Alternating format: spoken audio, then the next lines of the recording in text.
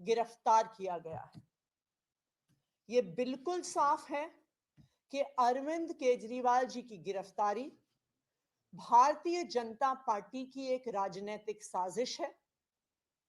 ED का उपयोग करके एक विपक्षी दल के राष्ट्रीय नेता को गिरफ्तार करना एक ऐसे केस में जिसमें 2 साल की इन्वेस्टिगेशन के बाद भी 1 रुपए की भी recovery of proceeds of crime नहीं हुई है, एक ऐसे केस में गिरफ्तार करना जहां पर आज तक ईडी कोर्ट्स के सामने कोई भी सबूत नहीं रख पाई है, सिर्फ और सिर्फ ये दिखाता है कि ये भारतीय जनता पार्टी का डर है, ये प्रधानमंत्री नरेंद्र मोदी जी का डर है। प्रधानमंत्री नरेंद्र मोदी जी को, भारतीय जनता पार्टी को ये लगता है कि अगर देश में कोई एक नेता है जो उन्हें चैलेंज कर सकता है तो उस नेता का नाम अरविंद केजरीवाल है। इसलिए भारतीय जनता पार्टी और प्रधानमंत्री नरेंद्र मोदी जी हर संभव कोशिश कर रहे हैं कि वो अरविंद केजरीवाल को कुचल दें, आम आदमी पार्टी को कुचल दें। तभी एक के बाद एक आम आदमी पार्टी के एक एक नेता को गिरफ्तार किया जा रहा है।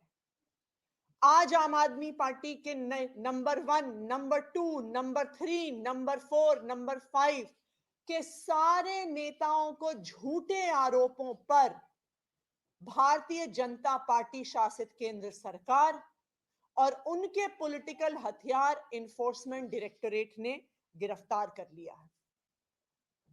लेकिन मैं भारतीय जनता पार्टी को यह बताना चाहती हूं कि अरविंद केजरीवाल सिर्फ एक मुख्यमंत्री नहीं है, अरविंद केजरीवाल सिर्फ एक नेता नहीं है, अरविंद केजरीवाल एक विचार है, अरविंद केजरीवाल एक प्रेरणा है।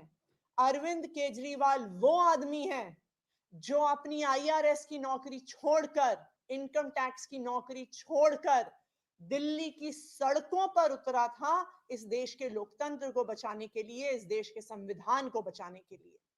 और आज अगर आपने चुनाव से जस्ट पहले अरविंद केजरीवाल को गिरफ्तार किया है, उनको कैंपेन में जाने से रोकने के लिए गिरफ्तार किया है, तो मैं भारतीय जनता पार्टी को बता दूं कि आप एक अरविंद केजरीवाल को गिरफ्तार कर सकते हैं, लेकिन हजारों अरविंद केजरीवाल दिल्ली की सड़कों पे और देश की सड़कों पे उतरेंगे इस देश के लोकतंत्र को बचाने के लिए। आज भारतीय जनता पार्टी ने लोकतंत्र को खत्म करने का कोई प्रयास नहीं छोड़ा। हम देख रहे हैं कि किस तरह से एक के बाद एक सभी विपक्षी दलों पे और सभी विपक्षी नेताओं पे हमले हो रहे हैं। अगर वो भारतीय जनता पार्टी में चले जाते हैं तो उनके खिलाफ केस बंद हो जाते हैं, अगर वो भारतीय जनता पार्टी में जाने से मना कर देते हैं तो उन्हें उठा के जेल में फेंक दिया जाता है। दूसरी तरफ हमने देखा है कि किस तरह से कंपनियों को ईडी और सीबीआई के माध्यम से डरा के, धमका के, उन पे केस करके उनसे इलेक्टोरल बॉन्ड्स के माध्यम से हजारों करोड़ की उगाही करी है भारतीय जनता पार्टी ने। एक तरफ हेमंत सोरेन की गिरफ्तारी होती है, दूसरी तरफ कांग्रेस पार्टी का बैंक अकाउंट फ्रीज होता है। ये आने वाले लोकसभा चुनाव को, आने वाले पूरे देश में होने वाले चुनाव को अफेक्ट करने का तरीका है, विपक्ष को खत्म करने का तरीका है। ये चुनाव को चोरी करने का अगर तरीका नहीं है तो क्या है?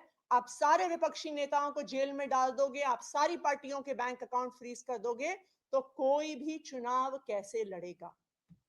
लेकिन मैं भारतीय जनता पार्टी को यह बता दूं कि जो आप ये विपक्ष के खिलाफ, जो आम आदमी पार्टी के खिलाफ, जो अरविंद केजरीवाल के खिलाफ साजिश कर रहे हैं, इसका जवाब दिल्ली आपको देगी, इसका जवाब पंजाब आपको देगा, इसका जवाब पूरा देश आपको देगा। आज एक और चिंता भी है हमारी।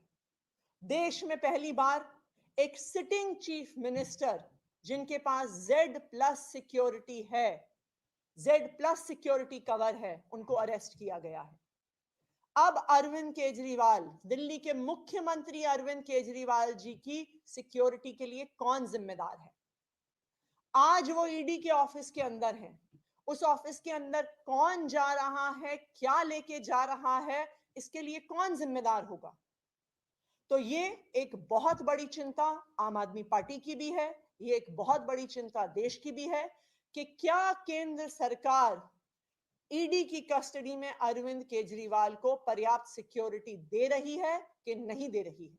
ये केंद्र सरकार का अपना असेसमेंट है कि वो Z+ सिक्योरिटी की आवश्यकता रखते हैं, और एक Z+ सिक्योरिटी की आवश्यकता रखने वाले एक सिटिंग चीफ मिनिस्टर को कस्टडी में रखते हुए ईडी ने उनका क्या सिक्योरिटी का अरेंजमेंट किया है, इस बात को केंद्र सरकार को देश के सामने रखना होगा। Thank you. मैम, आपको क्या लगता है सिक्योरिटी वाला जो आपने सवाल खड़ा किया है, क्या लग रहा है किसी तरीके की साजिश आपको लग रही है कि हो सकती है, या किस तरीके का कंसर्न आप जता रही हैं? देखिए, अरविंद केजरीवाल जी एक Z+ सिक्योरिटी के प्रोटेक्टी हैं। अरविंद केजरीवाल जी इस देश के इतिहास में पहली बार अरेस्ट हुए सिटिंग चीफ मिनिस्टर हैं। हेमंत सोरेन जी की भी जब गिरफ्तारी हुई थी, उन्होंने गिरफ्तारी से पहले इस्तीफा दे दिया था। तो आज ये बहुत बड़ा सवाल है कि एक सिटिंग चीफ मिनिस्टर को जो सिक्योरिटी मिलनी चाहिए, क्या उनको ईडी की कस्टडी में मिल रही है? कौन उस ईडी के ऑफिस में अंदर जा रहा है? जिस लॉकअप में अरविंद केजरीवाल हैं, उस लॉकअप में कौन जा रहा है, उनकी क्या चेकिंग हो रही है, उनके पास क्या मटेरियल है, इस सब के लिए कौन जिम्मेदार होगा? एक कारण है कि एक सिटिंग चीफ मिनिस्टर को, एक संवैधानिक पद पे बैठे हुए व्यक्ति को Z+ सिक्योरिटी दी जाती है, क्योंकि उनके लिए कहीं से भी बड़े सिक्योरिटी के खतरे हो सकते हैं। लेकिन आज जब एक सिटिंग चीफ मिनिस्टर को ईडी की कस्टडी में ले लिया जाता है, तो उनकी सेफ्टी और सिक्योरिटी के लिए कौन जिम्मेदार है, इसका जवाब केंद्र सरकार को देना होगा। सुप्रीम कोर्ट में भी इस पूरे मामले में सुनवाई है, वहां से कितनी उम्मीद है आप लोगों को? देखिए, हम सुप्रीम कोर्ट से ये उम्मीद करते हैं कि सुप्रीम कोर्ट, जिसने बार बार कहा है कि लोकतंत्र की हत्या नहीं होनी चाहिए, आज वो सुप्रीम कोर्ट ना सिर्फ आम आदमी पार्टी को, ना सिर्फ अरविंद केजरीवाल को, बल्कि इस देश के लोकतंत्र को भी न्याय देगा। इस देश के इतिहास में ये पहली बार हुआ है कि मॉडल कोड ऑफ कंडक्ट लगने के बाद, चुनाव की घोषणा होने के बाद, देश में से 6 में से एक नेशनल पार्टी के नेशनल कन्वीनर को गिरफ्तार कर लिया गया है। यह लोकतंत्र की लेवल प्लेइंग फील्ड का हनन नहीं है तो क्या है? आपने क्यों गिरफ्तार किया अरविंद केजरीवाल को चुनाव की घोषणा होते ही? क्योंकि आप चाहते हैं, भारतीय जनता पार्टी चाहती है कि वो चुनाव में कैंपेन ना कर सके, कि वो देश भर में जाके इंडिया गठबंधन के लिए कैंपेन ना कर सके। तो ये देश के इतिहास में, इस देश के लोकतंत्र के इतिहास में पहली बार हुआ है। और हम सुप्रीम कोर्ट से उम्मीद करते हैं कि सुप्रीम कोर्ट ने जब भी लोकतंत्र की हत्या करने की कोशिश करी है भारतीय जनता पार्टी ने, चाहे चंडीगढ़ के मेयर के चुनाव में, चाहे इलेक्टोरल बॉन्ड्स के माध्यम से, तो सुप्रीम कोर्ट ने सामने आके लोकतंत्र को बचाया है। तो हम ये उम्मीद करते हैं कि उसी तरह से आज भी सुप्रीम कोर्ट लोकतंत्र की रक्षा करेगा। क्या इंडिया अलायंस के लीडर्स के साथ कोई कोऑर्डिनेशन चल रहा है इस वक्त, क्योंकि पहला मामला नहीं, आपने हेमंत सोरेन की पहले गिरफ्तारी हुई है, अरविंद केजरीवाल, कोई यूनाइटेड प्रोटेस्ट, कोई यूनाइटेड कॉल, कुछ प्लानिंग ऐसी है? हम लगातार इंडिया अलायंस के नेताओं से सबसे टच में हैं। उनमें से कई लोग अरविंद केजरीवाल जी के परिवार से बात भी कर चुके हैं। हमारी भी कई नेताओं से बात हुई है, और इंडिया गठबंधन के सभी प्रमुख नेताओं ने फोन पर भी और ट्विटर और मीडिया के माध्यम से भी अरविंद केजरीवाल और आम आदमी पार्टी के लिए एक सॉलिडारिटी दिखाई है। ये लड़ाई सिर्फ आम आदमी पार्टी और अरविंद केजरीवाल की नहीं है, आज ये लोकतंत्र के लिए लड़ाई है। आप मॉडल कोड ऑफ कंडक्ट लगने के बाद, चुनाव की घोषणा होने के बाद, विपक्ष के एक प्रमुख नेता, एक राष्ट्रीय पार्टी के राष्ट्रीय अध्यक्ष को अगर गिरफ्तार कर रहे हैं, तो ये चुनाव को प्रभावित करने का अगर तरीका नहीं है तो और क्या? Thank you. आप जो प्रोटेस्ट की बात कर रहे थे, सड़क पर उतरने की बात कर रहे थे, वो क्या आज दिल्ली और देश भर में होने जा रहा है? बिल्कुल प्रोटेस्ट होगा। लेकिन आज केंद्र सरकार का जो डर है वो दिल्ली की सड़कों पे भी दिख रहा है। आज आम आदमी पार्टी के ऑफिस को एक छावनी बना दिया गया है। आम आदमी पार्टी के ऑफिस के सामने 2 से 2,500 पुलिस वाले खड़े हैं। आम आदमी पार्टी के ऑफिस की सड़क के सामने हजारों पैरामिलिट्री फोर्सेस वाले खड़े हैं। पूरी दिल्ली से, पूरे देश से पुलिस को और पैरामिलिट्री फोर्सेस को इकट्ठा किया गया है। क्यों? क्योंकि भारतीय जनता पार्टी को डर है।